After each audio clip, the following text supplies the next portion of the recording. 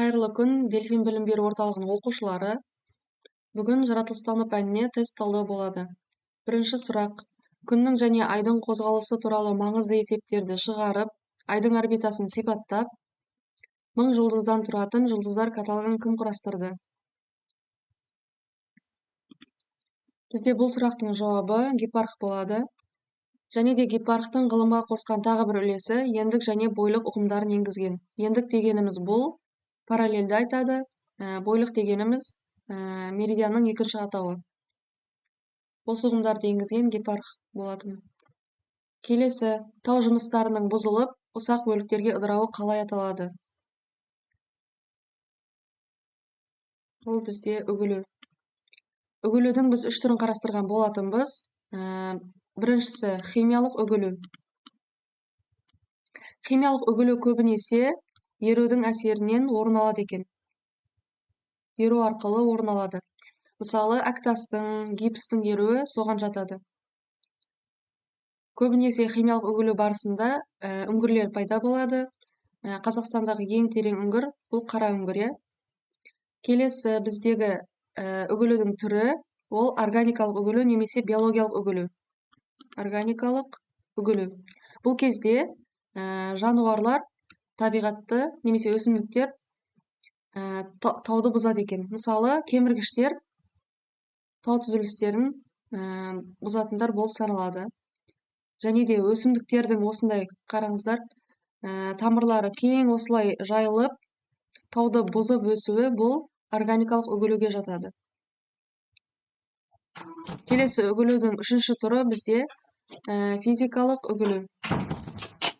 Физикалық үгілу үш нәрсенің әсерінен орын алады: су, жел және температура. Су арқылы физикалық үгілуде ол таудың жарықшақтарына кіреді. Суық және күн салқындаған кезде олар қатады. Судың бір қасиеті қатқан кезде ұлғаю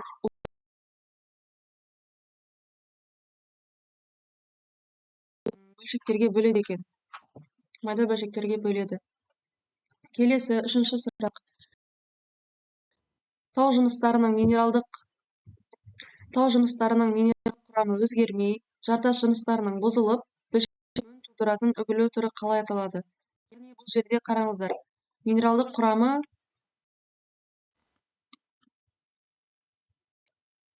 құрамы өзгермесе, бізде бұл физикалық үгілу болады. Ал химиялық үгілу кезінде олар еру арқылы бұзылып, әрі қарай жаңа минералдар түзіле береді. Ал физикалық үгілу химиялық оның құрамы өзгермейді, тек қана майда бөлшектерге бөлінеді екен. Келесі, фотосинтездің дұрыс формуласы көрсетілген қатарды таңдаңыз. Бізде фотосинтезге екі нәрсе қатысады: көмірқышқыл газы және су. Бірінші вариантты алып тастаймыз, себебі көмірқышқыл газы мен су емес, оттегі мен су берілген. Б варианты да кетеді. Бізде А мен С қалды.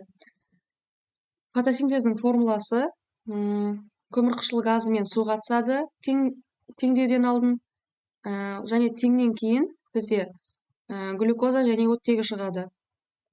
Және бір вариантта, осы екеуінің бір вариантында қате теңестірілген. Яғни С варианты қате, себебі оттегі бұл жерде алдында 6 болу керек. Яғни дұрыс теңдестірілген емес. 6SO2 плюс 6H2O және де түзіледі S6H12O6 плюс 6O2, яғни көмірқышқыл газы мен су қатысты, түзілді глюкоза және оттегі. А варианты дұрыс.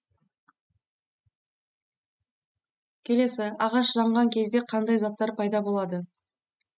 Ағаштың жануы барысында бізде үш түрлі нәрсе қалыптасады: SO2, H2O және S элементі түзіледі екен. Яғни көмірқышқыл газы, су және көміртегі түзіледі.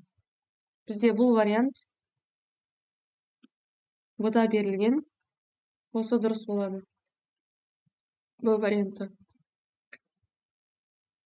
Келесі сұрақ. Өсімдіктерге жасыл түс беретін пигмент қалай аталады?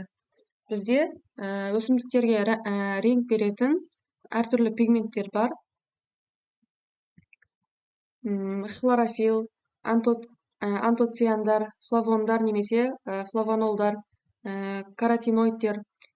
Және де хлорофилл оның ішінде өсімдікке жасыл түс беріп тұрады. Және де осы хлорофиллдің арқасында фотосинтез үдерісі жүреді екен. Және де антоциандар. Антоциандар дегеніміз өсімдіктерге немесе жемістерге қызыл және күлгін көк түс береді екен. Ал флавондар және флавонолдар өсімдікке сары түс береді. Және де соңғысы каротиноидтер. Ол өсімдікке сары, сарғыш, қызыл және қоңыр түстерді беретін пигменті екен.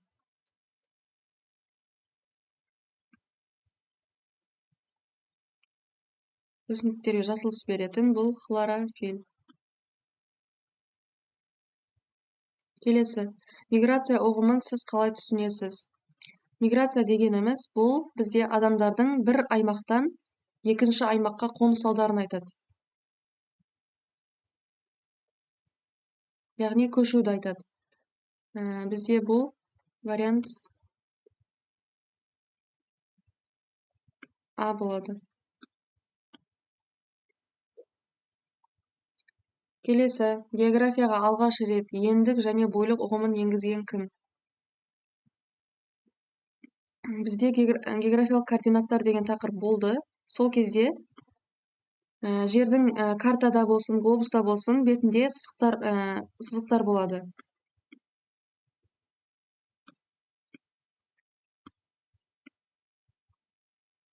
Осынай тігінен сызылған сызықтар бізде бойлық деп аталады, ал енінен сызылған сызықтар ендік деп аталады. Ендік бұл параллельдің екінші аты, ал бойлық дегеніміз меридианның екінші аты. Осы ендік және бойлық ұғымдарын енгізген ғалым ол Гепарх. Келесі. Молекулалардың ұсақ құрылымдарға ыдырау үдерісі қалай аталады? Диссоциация деп аталады екен. Б варианты дұрыс. Келесі сұрақ. Жердегі тірі ағзалардың пайда болуы туралы салыстырмалы ғылыми теорияның негізін қалаған кім? Яғни жердегі тірі ағзалардың туралы пайда болуы туралы гипотезалар жалпы гипотезалар екіге бөлінеді. Абиотикалық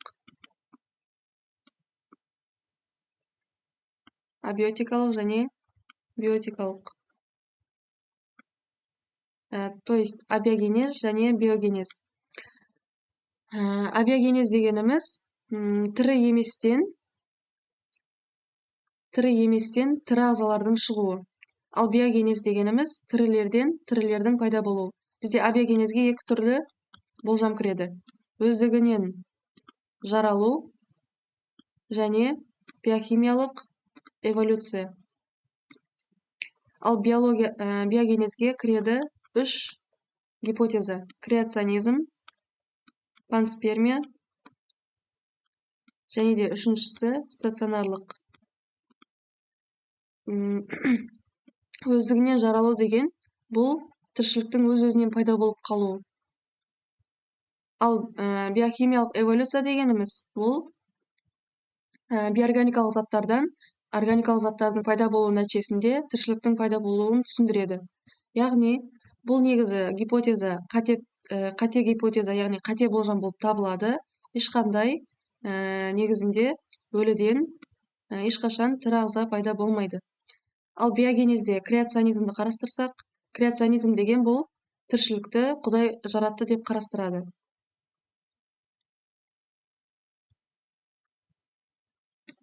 Және де бұны қолдаған ғалым Карл Линней деген ғалым оның қолдаушысы болып есептеледі. Карл Линней. Және де панспермия. Панспермия дегеніміз тіршіліктің ғарыштан келуі. Яғни бізде алғашында жерде тіршілік болған жоқ, және де басқа планетада тіршілік бар болған, және де оны астероидтар, кометалар деген тастар өзімен бірге алып келген. Және де жерде олар қолайлы жағдай болған кезде олар дамып, осындай тірі ағзалар пайда болды деп түсіндіреді. Бірақ негізі ол қисынға келмейтін болжам болып саналады. Ал стационарлық дегеніміз тіршіліктің пайда болуын былай түсіндіреді. Яғни тіршіліктің бастауы жоқ, және де оның соңы жоқ деп айтады. Яғни тіршілік мәңгілік гипотезасы бұл. Екінші аты этернизм, бірақ біз білеміз, ешқандай еш нәрсе мәңгілік емес екендігіне. Мысалы, ағзалар белгілі бір уақытқа дейін ғана тіршілік етеді. Одан кейін тіршілік аяқталғаннан кейін, мысалы, өсімдік болсын, жануар болсын, өледі, және оның денесі шіру арқасында топыраққа айналады. Яғни тіршіліктің мәңгі болжамы бұл да негізі қате тұжырым болып саналады. Соның ішіндегі Карл Линней креационизмді қолдады, ал мына жердегі панспермияны қолдаған екі ғалым,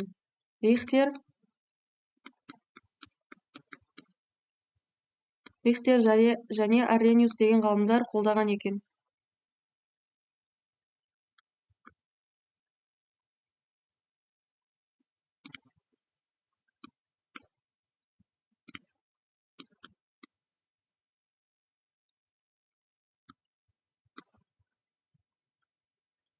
Аррениус деген ғалымдар қолдаған. Енді бұл жерде бұл ғалымдар жоқ. Енді бізде абиогенез қалды. Абиогенез дегенімізді негізі жасап шығарған ғалым Александр Иванович Апарин деген ғалым болатын.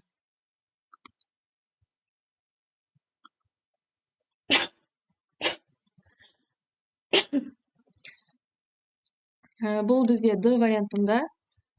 Және де бұл абиогенезді жасап шығарған бұл Апарин деген ғалым, яғни тірі табиғатта өліден пайда болды деген. Оны тағы да бір қолдаған ғалым Джон Холдейн деген ғалым болатын.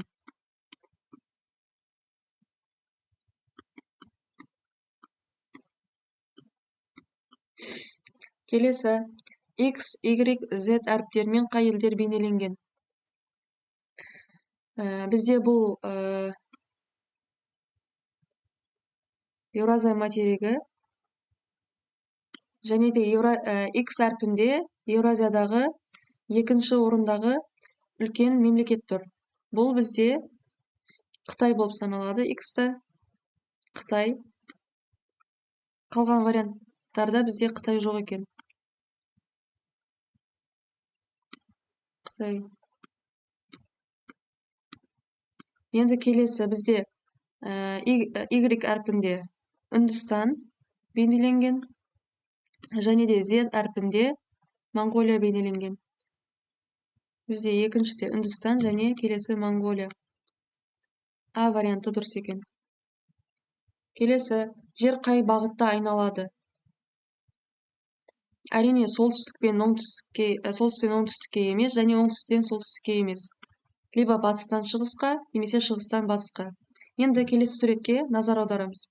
Бізде жер күнді 365 күн айналу барысында, 365 күн және 6 сағат айналады.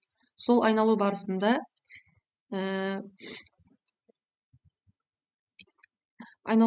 олар батыстан шығысқа қарай айналады екен. Яғни батыстан шығысқа қарай айналып отырады екен. Бір рет батыстан шығысқа қарай айналуы, 360 градуста айналуы бір күн және бір түн пайда болады. Осылай айналудың барысында. Бізде Б варианты дұрыс. Жер айналады батыстан шығысқа қарай. Шығыстан батысқа деген қате болады. Келесі, мәрмәрді қай жерде өндіреді? Мәрмәрді бізде таулы аймақтарда өндіретін еді. Себебі мәрмәр тақтатас бізде метаморфтыға кіреді. Метаморфты пайдалы қазбалар бізде таулы аймақтарда орналасады. Енді қараңыздар, бізде жерде пайдалы қазбалардың орналасуына байланысты біз үшке бөлген едік. Шөгінді, кенді, ол магмалық деп те айтылады, және де метаморфты. Шөгінді пайдалы қазбаларға не кіретін еді? Көмір, мұнай, газ, әктас, фосфорит. Және де кендіге кіретіндер олар металдар болады. Екінші аты магмалық, яғни металдардан темір, алюминий, мыс, алтын сияқты металдар кіреді. Және де метаморфты пайдалы қазбалар қазір айтқанымыздай мәрмәр және тақтатас кіреді. Шөгінді пайдалы қазбалар бізде кездесетін жері жазықтарда және олармен шектескен тау баурайларында болады. Ал кенді пайдалы қазбалар, яғни металдар, олар қатпарлы аймақтарда, ежелгі жыныстардың жер бетіне жақын орналасқан тұстарында болады екен. Ал метаморфты тау жыныстары таулы аймақтарда орналасады екен. Келесі сұрақ: зиянды қоспаларды жоюға бағытталған үдеріс қалай аталады? Яғни пайдалы қазбаны өндірген кезде біз оларды байыту үдерісін жүргіземіз. Яғни байыту дегеніміз не? Байыту металдың үлесін жоғарылататын немесе түрлі қоспалардан арылтатын үдеріс. Байыту кезінде металл зиянды қоспалардан ажыратылады. Яғни біз оны пайдалы қазбалар артық қоспалармен өндіріледі, яғни қосымша қалдықтармен біз оны тазарту барысында, яғни байыту барысында олардан ажыратып, тек қана соңғы нақты өнімді алады екенбіз. Соңғы нақты өнім бізде концентрат деп аталады. Яғни бізде тазарту деген келеді, бірақ бұл вариант қателеу сәл. Рафинерлеу және өндіру емес. Бізде яғни бұл байыту деп аталады.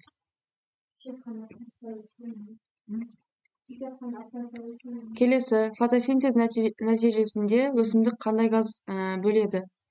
Біз фотосинтез үдерісін өткен кезде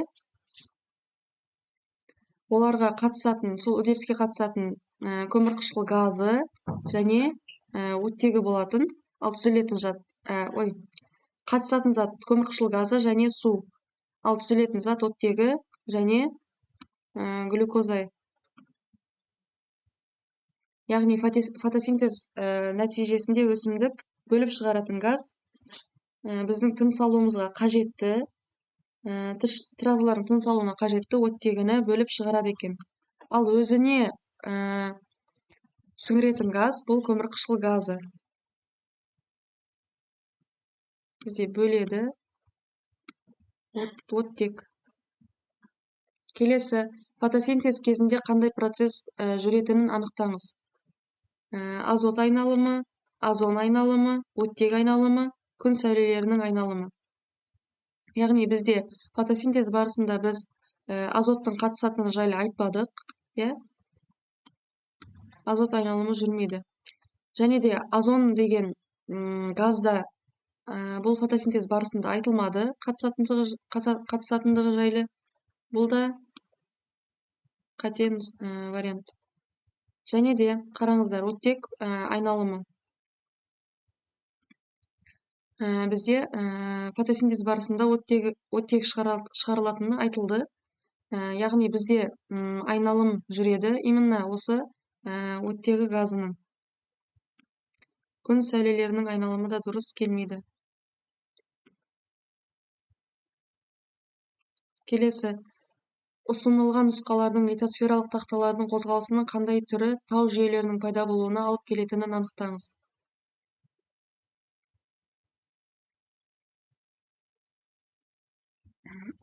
Тау қалай түзіледі? Бізде ол литосфералық тақталардың, яғни екі тақтаның бір-біріне соқтығысу арқасында пайда болатын еді. Яғни соқтығысу кезінде стрелкалар бір-біріне қараған түрде болу керек. Бұл қозғалыс түрі негізі коллизия деп айтылады.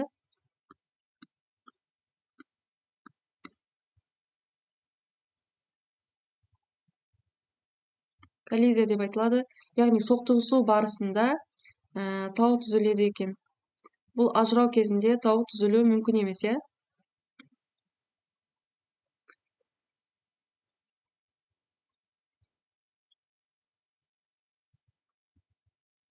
Яғни төртінші.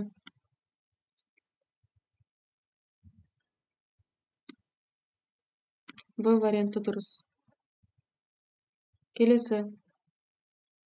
Бізге осындай әдістер берілген. Тұндыру, сүзу, магниттеу, булану. Енді сұрақ. Жоғарыда ұсынылған жауап нұсқаларынан ағаш және темір үгінділерін бөлу әдіс немесе әдістерін анықтаңыз. Бізде ағаш және темір деп тұр. Ағаш деген бұл бейметалл, ал темір деген металл, иә? Металдың бізде қандай қасиеттері бар еді? Олар жылтыр келеді, иілгіш,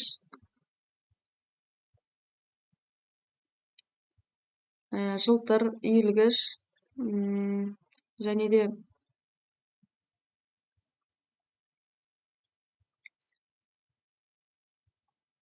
қаттылық қасиетке ие. Және де бізде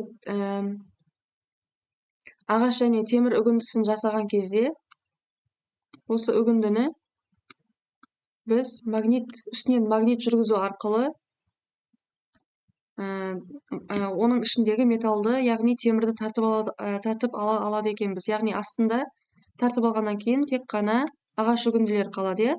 Одан кейін магнитке темір, осы үгінділер магнитке жабысады. Бізде бұл қоспаны бөлудің бір әдісі, яғни басқа варианттарды қарастырсақ, тұндыру. Мысалы, тұндыру су және құмды араластырған кезде 1 сағатқа немесе жарты сағатқа қойып қойған кезде астына қарай құм шөгеді. Құм астына қарай шөгеді. Бұл тұндыру әдісі. Яғни ағаш және темірді араластырып тастағаннан кейін біз оны тұндыру әдісін қолдана алмаймыз. Сүзу деген, яғни електен өткізу. Яғни екі араласқан қоспаны үлкен бөлшектерін ұстап қала алатындай торлы, бетінде торы бар електен өткізуді айтамыз. Ағаш және темір кезінде електен өткізу әдісі, яғни сүзу әдісі келмейді. Және де төртінші булануды қарастырсақ, булану деген мысалы, біз булану әдісін лимон шырынына қолдана аламыз. Лимон шырыны дегеніміз лимон қышқылы және судың қоспасы. Лимон қышқылы мысалы құйылды және оның үстіне су құйдық. Ол кезде бізде лимон шырыны пайда болады. Және де оны енді араластырып болғаннан кейін екі жаққа ажырату керек болса, біз булану әдісін қолдана аламыз. Яғни ол қыздырғаннан кейін мынау су жоғары қарай буға айналады. Яғни сұйық күйден газ тәрізді күйге өтеді. Тек қана астында лимон кристалдары қалады екен. Яғни булану әдісі сұйық нәрсеге қолданылады. Бізде ағаш және темір бұл жерде қатты нәрсе. Және темірге келетін бұл магниттеу әдісі. Себебі металдар магнитке тартылу қасиеті бар. Ағаш және темірді бөлудің әдісі 1 мен 3 емес, 2 мен 3 емес, тек 4 тепті, ол да емес. Бізде ең дұрыс нұсқа ол тек қана 3. Келесі сұрақ. Денелерді қыздырған кезде олардың өлшемдерімен не болады? Негізі бізде көп заттарды қыздырған кезде олардың ұлғаю қасиеті ұлғаюға қабілетті болады. Мысалы, келесі суретке назар аударсақ, бұл жерде бірінші суретте шардың әлі қыздырылған кез емес. Яғни темірде суық, шарда кәдімгі температурада тұр, суық кезі, және де ә суретіне қарайтын болсақ, бізде спиртовка құралымен шарды қыздырып жатыр. Шарды қыздырып алды, және де Б суретінде шар қызғаннан кейін ол темір шеңберден өтпей қалды. Яғни қараңдар, А нұсқасында негізі өтіп тұр шар. Мына жерден өте алады, бірақ қыздырған кезде осы жерде шар қалып қояды екен. Яғни шар ұлғаяды. Жалпы көп денелер қызған кезде ұлғаю қабілетіне ие. Және де керісінше, ал егер суықтаған кез болса, ол кезде қатқан кезде немесе олар кішіреуге қабілетті екен.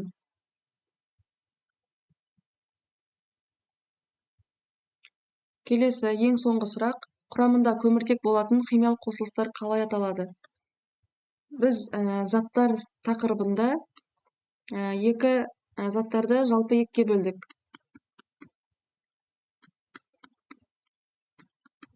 Органикалық және де бейорганикалық.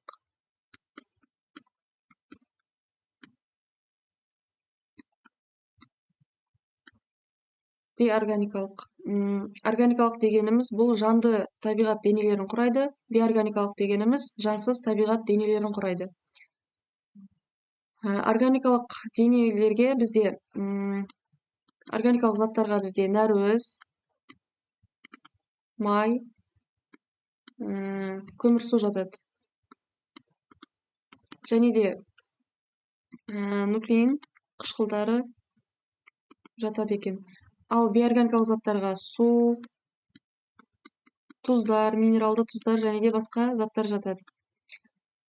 Енді органикалық заттар, бұлар құрамында міндетті түрде С элементі, яғни көміртек элементі кездесуі шарт. Сол кезде бізде ол органикалық зат деп аталады. С варианты дұрыс. Енді қараңыздар, нәруіз, май, көмірсу, бағана айттық, жанды табиғат денелерін құрайды. Келесі суретте көріп тұрғанымыздай, яғни бұл суретте нәруыздар көрсетілген.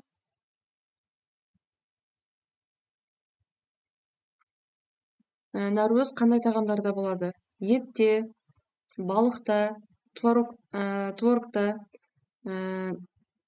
және жұмыртқада осы нәруіз кездеседі екен. Ал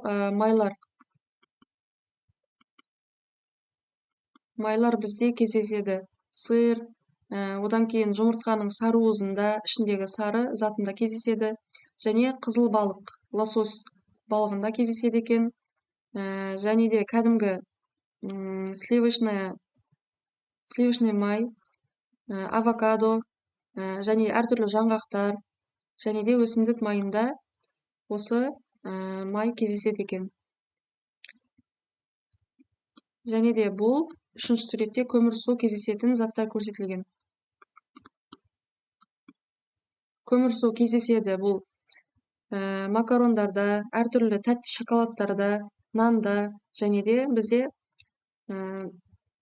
жемістерде осы көмірсулар кездеседі екен. Мысалы, глюкоза, фруктоза деген сияқты.